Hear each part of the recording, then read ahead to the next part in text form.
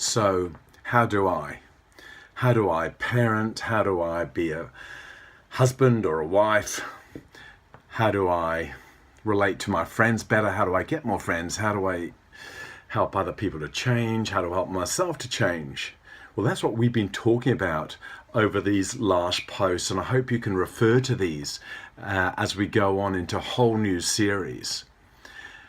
What we've been talking about in terms of how do I is all really based on a God who is with us, who connects with us, who knows us and understands us, who challenges us to respond to him and to grow, but not to do that alone, but to do that with others. And we call this the cure steps. How do we do it? By walking these steps on which actually God has walked with us, where we connect, where we understand, where we respond before, but make sure that we've actually connected and understand first before we respond, and then engage other help and not to do it alone. Another way of saying this is, hey, love and know before you help someone to grow, so that you can then show out the love which God's put in you.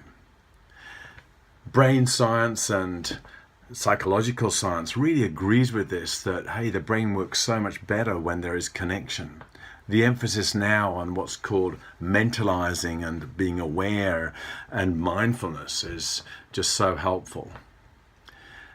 So feel free to look back on these steps of what we've just talked about. Share them with others, because we're going to go on to a whole brand new series which might last a few years, and we really want to be responsive to what you'd want to know as well. Thanks for listening to this series, and go back to them if this is the first time you've seen this, because they will help you to know how. I'm Dr. John.